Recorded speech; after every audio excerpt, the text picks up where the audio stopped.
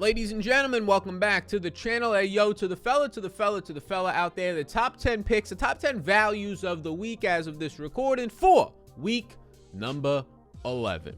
We can start it off. 5 wide receivers, 5 running backs. I hope you all having a beautiful start to your week. A beautiful end to your week. Depending on when you're watching this, I don't even care. It could be the weekend. You might be frisky. Hey, stay young, stay reckless, right? Young is a mindset. Not really. That's what they tell you. But hey, it's a mindset.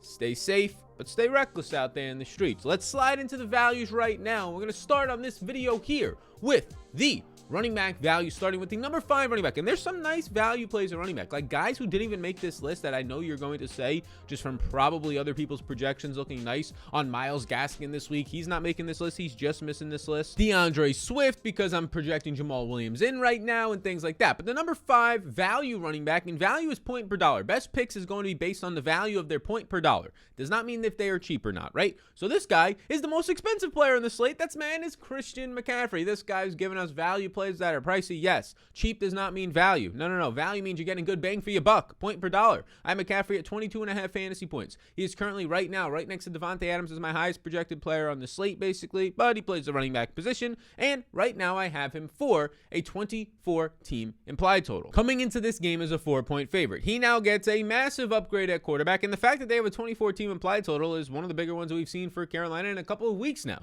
But it's going to be a massive upgrade at quarterback, at least on paper right now with Cam Newton, knowing the system to an extent, and also the quarterbacks they've had in there, PJ Walker, Sam Darnold. I mean, it's been as bad as it possibly gets. If Cam Darnold is anything near league average, it is a massive upgrade. He'll have a 15% run blocking advantage in a tough matchup, though, against a top 10 run defense, and what this Washington defensive line has been. No Chase Young on it now, though, but he's mainly been on the outside, not the interior of that defensive line, but that is still going to matter. And now here's the crazy stuff. McCaffrey has played 4 full games this year. The injury bug has had him the last 2 years, and he's had 25.5 opportunities per game. 30 or more opportunities in 2 of those games. The last 2 games, they've been kind of ramping him up. He's only played 46 and then 59% of the snaps in each of the last 2 weeks. And even last week, playing 59% of the snaps, he still sees 23 opportunities in that game, gets pulled later in the game once it's a blowout. So once he starts getting ramped back up to these 70% of the snaps, he's already getting the secure touches, but that's when those 30 opportunity, 30 touch games start to pop back up. Pop back up.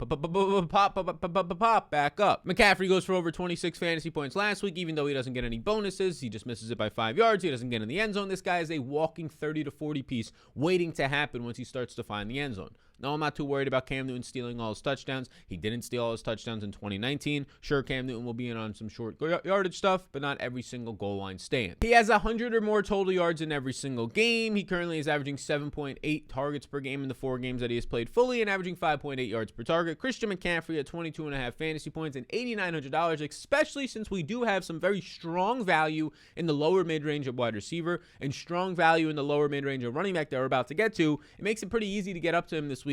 And we have ultimate value at quarterback. Shout out his teammate, Cam Newton. The number 4 value running back and number 4 play on this slate at the running back position is going to be a $6,400 James Robinson, who was featured on this list not too long ago. I have Robinson for 16.5 fantasy points. He comes into this game as a 6.5 point underdog. He's basically an underdog in every single game, though. He's going to get a solid matchup, positive 12% according to Pro Football Focus, against San Francisco's number 12 run defense. Now, here's the thing. A very strong opportunity share for him, meaning targets and carries. Very strong. 70% is going to be borderline top 10 in the NFL right now, seeing over 16 opportunities per game, nearly 4 targets per game right now, and he's not in a good offense, so he's only getting 2.5 red zone touches per game, but when you factor that in for his baseline for what his offense is actually getting to the red zone, it's actually above league average. So you see James Robinson come right back and play 60+% of the snap. Pushes Carlos Hyde to the side. This is my backfield buddy, and he scores 18.4 fantasy points. He has now scored over 18 Draftkings points in his last 5 full games. He just gets there, whether he's finding the end zone, whether he's getting the 20 carry games on the ground, whether he's getting his routes running in the 20s and he's actually seeing 4 or 5 targets and receptions. He gets there every single week. He is so damn versatile. And my guess,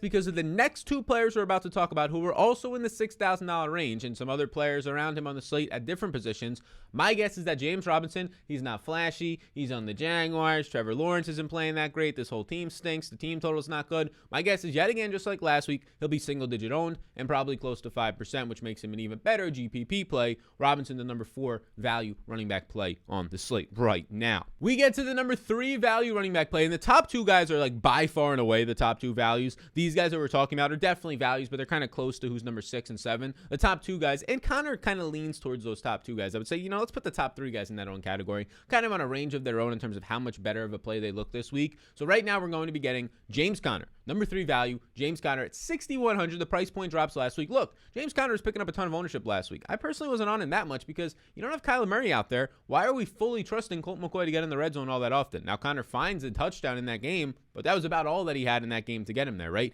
It's a massive blowout. He only ends up touching the ball 13 times. The touchdown basically saved his week. He was, though, by far the leading ball carrier in that game. Benjamin was not involved that much. This is now back-to-back games, 2 weeks ago when Chase Edmonds got hurt, that you're seeing Conner by far be the 3 down back. 77 and 79% of the snaps in the last 2 games. I currently have him projected for 16.8 fantasy points. He has a 26.5 team implied total as a 3-point favorite. We shall see after missing 2 games if Kyler Murray returns to this one. These Vegas odds are making it seem like that, but who knows? Totally. Maybe this should be a 30-team total if Kyler was actually in there. It is going to be a tough matchup. As you saw last week, it was a tough matchup for those Packers running backs. But even in tough matchups, A.J. Dillon last week, he sees over 50 yards in the receiving game. He ends up getting there for close to 100 total yards overall. He finds the end zone twice. So even in those tough matchups, you can still obviously get there, especially if your team is going to lean on you, like I expect James Conner, the full workhorse back here with still no Chase Edmonds. In this first full game last week as a full starter, he had those 77% of the snaps. A blowout kind of capped the upside, 14 opportunities, 13 touches in that game. But if you can get Kyler Murray back, it means more overall points scored in their projected team total. It means more overall upside in the drives and more yards that aren't stalled or drives that aren't stalled. So just more yardage in general. And if you don't know now, his 12 touchdowns are the league high, 14.8 fantasy points. It's that league high touchdowns are propping that up.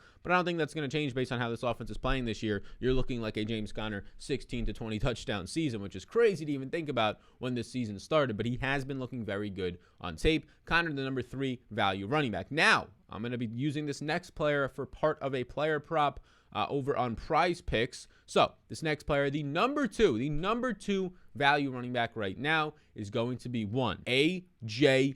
Dillon, the fill-in for Aaron Jones, who's expected to miss 1 to 2 weeks. I think it probably gets pushed a little bit more. It's an MCL sprain. We'll see, though, especially if A.J. Dillon has success these next couple of weeks. But A.J. Dillon at $6,100 is a guy that I'm going to start off by actually putting into. We won't show you the other guy yet, the wide receiver. We'll make you stick for that one a little bit later on. But A.J. Dillon I have for over 65.5 rushing yards. What do the Green Bay Packers want to do all season long? They want to run the ball. They play slow pace. This is not the Aaron Rodgers MVP season. Sorry, that was last year. They want to run the ball. This is a run-first team, play defense, and let Aaron Rodgers not make any of the mistakes. And when he has to go out there and win it, he has gone out there and done what he has to do. But the Packers want to run the ball. Minnesota is going to play a lot of 2 high shells against the Packers. And the Packers and Aaron Rodgers, we've seen it in multiple games this year. They're not getting thrown off like the younger quarterbacks like Josh Allen, right? They're not getting thrown off like you're seeing from, even Tom Brady last week versus the football team, like Patrick Mahomes, where they don't know what to do in these 2 high shells. Aaron Rodgers just goes back and hands the ball off. He stays patient. He throws a 5-yard out route to Randall Cobb. He throws a wide receiver screen that goes for 7 yards to Devontae Adams. And they put these drives together, and they're able to beat the cover 2 looks.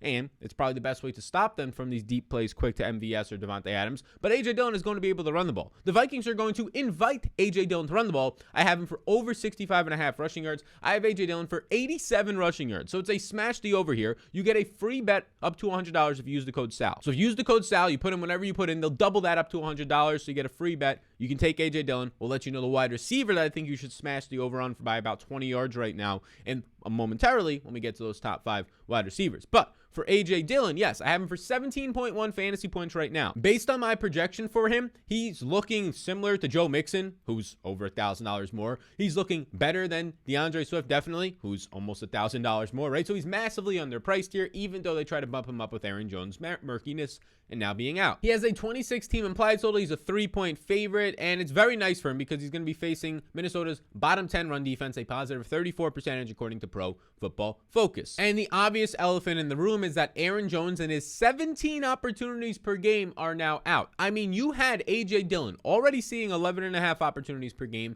before Aaron Jones got rolled out. 11.5 opportunities per game for a running back. That's just clear as day that this team wants to run the ball, giving their top 2 running backs 28.5 opportunities per game. So now those 17 opportunities per game are gone. Kylan Hill, the 3rd string 7th round draft pick who had a great preseason, who they were using in the regular season, he ends up, I believe it was a torn ACL, but he's on IR. So it's just A.J. Dillon at this point, and then Patrick Taylor, who I don't think they're going to trust that much for his first snaps of the year, or last week barely. I don't think they're going to trust that much to be actually heavily involved in a big divisional matchup game when the Packers are the number 1 seed and trying to fight for that number 1 seed and keep it. So it's going to be the A.J. Dillon show here. I have A.J. Dillon projecting out for over 18 touches in this game. The game environment's great. Good matchup. 3-point favorite. Almost projected his team for 4 touchdowns in this one. And oh yeah, he's going to have a lot of opportunity in the red zone when the Packers get there. And I'm not even going to say if, it's just when the Packers get there. The other sneaky thing is that coming out of college, this guy had no passing game work. Like he had almost 1,000 touches and he had like 30 targets, right? No passing game work. He's actually improved. And if you watched the game last week, a 50-yard catch and run after the catch, this guy has ball skills, right? So A.J. Dillon has had 18 targets in 10 games. Now that doesn't sound crazy, but he's the backup running back, right? 18 targets in 10 games for a guy who's not thought to be a pass catcher, the backup running back at this point, seeing almost 2 targets a game, not bad. I would expect in this game, A.J. Dillon to see somewhere around 4 targets. That obviously is beneficial, especially at the price point. Over his last 3 games, 2.5 of which had Aaron Jones in them. Jones got hurt in the second half early of this past game, I believe. So 2.5 games have Aaron Jones in it. He's averaging 17 opportunities per game over his last 3 games, right? So he's heavily involved. He's had 16 opportunities, 12, and then this past week when Aaron Jones gets hurt, he has 23 opportunities in that game. So this is going to be full steam ahead for the train that is A.J. Dillon. I'm excited for this. I'm excited to watch this game specifically to see what A.J. Dillon can do. And then you forget that they have Devontae Adams and Aaron Rodgers out there, at least that I am. So yes, I'm looking forward to this one. A.J. Dillon, the number 2 value. So if A.J. Dillon's number 2 and really like borderline number 1, who is the number 1 value? Well, this is the most obvious play. I mean, I don't know how David Montgomery is $5,500 this week. I put a tweet out earlier in the week. David Montgomery quietly this year, because he's been hurt and people haven't paid attention to it, he's 4th in the NFL in opportunity share amongst running backs, right? He's up there with the elites of the elites, the Najee Harrises, the Dalvin Cooks, the Christian McCaffreys, the Alvin Kamaras, in terms of how much opportunity share that he is getting in his backfield. He's seeing 18.6 opportunities per game. He is $5,500. Mind you, he is priced next to most of the backups. I know Myles Gaskin is down there, but he is priced next to most of these backup running backs. I mean, Jeremy McNichols is a similar price point to him. Latavius Murray, right? Devonta Freeman. These guys are all within a couple $100s of him. Kareem Hunt, who is actually solid, but he's been hurt, and he's clearly a backup in that offense. So David Montgomery, one of the top 5, number 4 in the NFL overall usage and utilized running backs for opportunity share, is priced this cheap. It's a clear misprice. We've identified it. I have him for 15.7 fantasy points at $5,500, making him my number 1 value play at the running back position.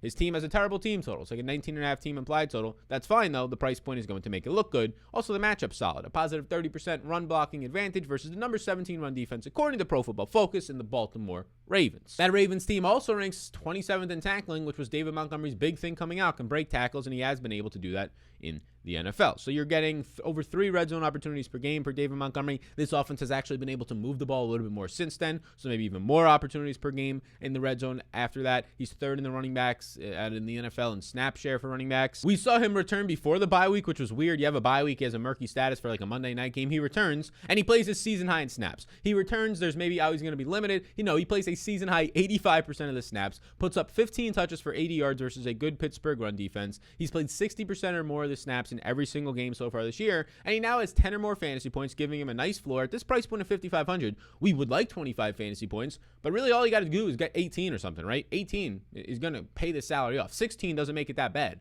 He has 10 or more fantasy points in 4 out of 5 of his games so far this year. So the number 1 running back play for us right now is going to be Mr. David Montgomery. And if we start to put some running backs into a SuperDraft lineup this week, if you want to play along, they have a $135,000 contest. It is the best spot to put any of your money if you want to start out by building your bankroll or just trying to grow and actually win some money, $25,000 to first. Because, there's nobody playing over on SuperDraft relative to FanDuel, relative to Draftkings. Those contests don't fill, so you have to beat about 20% less of the people. Why would you not take less competition? You have to beat, instead of 1,000 people in a 1,000-person contest on Draftkings, you only have to beat 800 because the contest won't fill. Maybe even 700 $700 depending on the sport and the slate over on SuperDraft. You want a free $25. I don't know why you would not take advantage of this right now. Use the code SAL at superdraft.io. Proud partners for about 2 years now. So I would slide a couple of guys that we talked about in there because of their high multipliers. It's not salary cap based. I put James Robinson at a 1.35x multiplier, and I put James Conner, the James gang, right? Jimmy's right here at 1.3x multiplier. Now I will say Christian McCaffrey is my highest projected SuperDraft running back, but he only has a 1x multiplier. So when I have him for only like a half a point more than Robinson and James Conner, but if they beat their projection by literally a point, they're going to outscore Christian McCaffrey by a good amount because they have these higher multipliers of 35% more points here for Robinson, 30% with the 1.3x multiplier for Conner, and Mr. McCaffrey doesn't get any bonus on his fantasy points scored. So that is where I would go at the running back position. We can talk about wide receivers now that we are covering them from both that prop standpoint to see who's on that other prop for us, but also from the SuperDraft standpoint. You use the code SAL on there if you would like to. So I put a tweet, or I was going to put a tweet out. I don't know if I actually did. I think I did. I put a tweet out about Mr. Corey Davis. He's our number 5 value wide receiver this week. He's $5,000, and he's the number 1 wide receiver on his team. I have him for 13.6 fantasy points. His team this week, actually, for the Jets, has a decent team implied total, a 21-point team total as underdogs. Like, usually it's like 18, 19, 21 is not bad. That's 3 touchdowns. Not bad relative to their other team totals this year. He's got a matchup versus Miami's secondary, which is ranked overall 16th in the NFL, right? He's going to have a weight and size advantage on all of these Miami cornerbacks, no matter who it is, right? No matter if he's going into the slot, if he's going to the outside against Xavier and Howard, that'll probably be his toughest spot. So far this year, he's flirting with a 20% target share and 7 targets per game. Solid. The team in general throws the 3rd most in the NFL because they're always trailing. So again, solid, going to benefit all the receivers there because even if you're not getting the high target share of 25 to 30%, if your quarterback is throwing 40 times, that 20% target share is yielding you 8 targets. He returned last week and he had his full role. 91% of the snaps, 7 targets, ended up leading to 93 yards and a couple of catches. He has now topped 100 air yards in 4 out of 7 games, also scored over 12 points in 4 out of 7 of those games.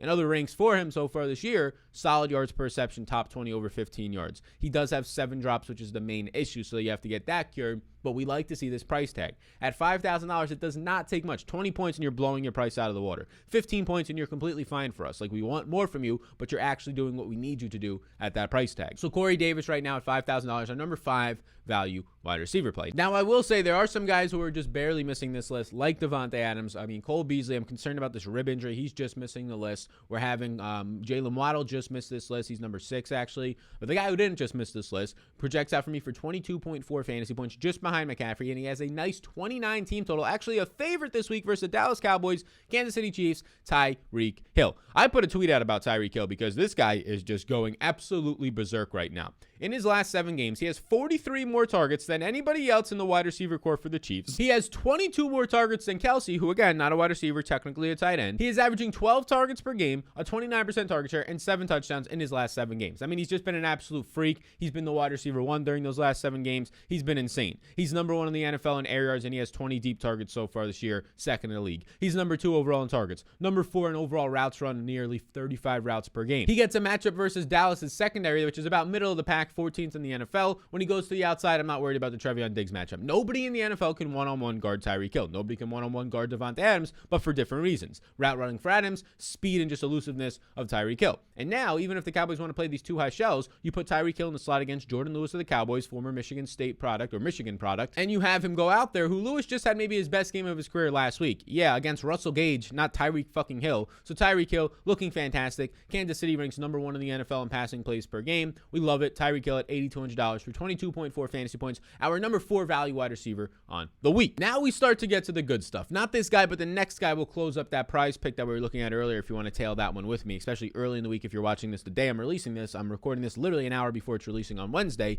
Number 3 is not that guy, though, but he is looking good. $6,000 Brandin Cooks. I mean, he looks fantastic right now based on how much opportunity that he is getting. I have him for 16.4 fantasy points. Team total sucks at 17.5, but expect a lot of passes here. The one problem is it is a tough matchup. Tennessee's secondary as a unit, because of what they're doing as a zone defense and how they have held down Kansas City and Buffalo to an extent and have held down the Rams, they rank number 2 right now in the NFL. But when you look at the individual one-on-one matchups for Brandin Cooks against all these cornerbacks, it's a nice spot. like it's going to be a fine spot for him in each of these. The overall tough spot if they play these two high shells to get deep and loose downfield, but if you're just looking for some quick passes, if you're looking to add up an 8-catch, 100-yard game, it is a nice spot one-on-one. He's going to have an advantage against all of these guys one-on-one. Again, quietly, because he's on a bad team, similar to James Robinson. Like, I think he picks up some ownership, but not a ton. He's 4th in the NFL right now at a 30% target share on over 9 targets per game, and he has 11-plus targets in 4 to 9 of his games this year. The man is number 1 in the NFL in his team's air yards. He's making up over 44% of the Houston Texans' air yards right now. He never leaves the field, running around on 95% of his quarterback dropbacks, who now his quarterback is definitely an upgrade from Davis Mills to Tyrod Taylor. Tyrod Taylor, though, in his first game back 2 weeks ago, because they had the bye week, ended up looking absolutely terrible. I mean, Tyrod Taylor looked like absolute dog shit 2 weeks absolute dog shit 2 weeks ago when he returned. But we've seen the hot and cold of Tyrod Taylor, and for the most part, it's been good up until that week. We'll see now in another week under his belt, getting more reps in, the practice, the bye week, if he can look a little bit better. Extra preparation for this specific game. So Brandin Cooks, for me, is somebody that I actually like getting to a good amount. Now, this guy I really like getting to. His entire team. We already talked about McCaffrey. We've hinted at Cam Newton. I put a tweet out about the Carolina Panthers. You can see right here overall how good they're looking this week. Yes, it is DJ Moore week. It is $5,900, less than $6,000. The sticker shock price tag of $5,900. We're saving so much, right? My daily fantasy course, which I have linked down below if you ever want to take it. 10 hours of videos on game theory, on how you should approach slates, actually make money. Have profited the last 3 years over 5 figures in DFS. In line to do so this year as well, profiting over 25 grand so far. Yes, if you want to check out that course, don't usually promote it a lot, but you can check it out. This price principle of, if he's $6,000 flat, like a Brandin Cooks, he's $6,000. I don't want to go there. You know what I'm talking about. $8.99 is way cheaper than $9.50, right? Or $9 flat, $8.99. They're just psychologically, right? There's a reason why businesses and organizations and capitalism does all of that with the pricing. Yeah, DJ Moore being $5,900, I do expect him to pick up some more ownership than a $6,000 Brandin Cooks, which is crazy to say because Brandin Cooks, if anything, this year has been more productive over the last month and a half. DJ Moore has not done really anything since week 4. Over the last month, he has not scored 10 fantasy points. Why? Well, he's had Sam Darnold and Phillip Walker, probably the worst combo you can possibly have. A third of his passes are not catchable. He ranks outside the top 80 in catchable targets this year. 31% of his passes are not catchable this year. Well, what are you supposed to do with that if you're DJ Moore? I have him for 16.6 points. That nice 24 team total that his teammate McCaffrey is going to have looks nice. And oh yeah, even though they held down Tom Brady with this cover 2 defense last week, and Tom Brady more so because there's no Antonio Brown, a banged up Godwin, did not look himself. I'd say that's more so as to why it happened. They still have a matchup against the 29th ranked Washington football team, who it might be a tough matchup one-on-one with Kyle Fuller, who's actually been playing better over the last 2 or 3 games, but overall a very good matchup, especially if he sees William Jackson, who's been taking a step back this year in that secondary. Like I said, he has not topped 10 points this last month, and he has not topped 13 points since week 4. His catchable targets are not good. The hope is now that he's had a connection with Cam Newton a couple years back, his rookie year, the year after that, and the fact that Cam Newton in general is probably an upgrade from Phillip Walker and probably an update from this version of Sam Darnold we've been seeing the last month and a half. It bodes better and well for DJ Moore and all the pass catchers here. Shout out Robbie Anderson finding the end zone last week. DJ Moore is quietly sporting that 28% target share, 9.5 targets per game. He's 3rd in the NFL in routes run right now, so the opportunity is there. Never leaving the field at a 98% route rate. 98% of the time that a quarterback drops back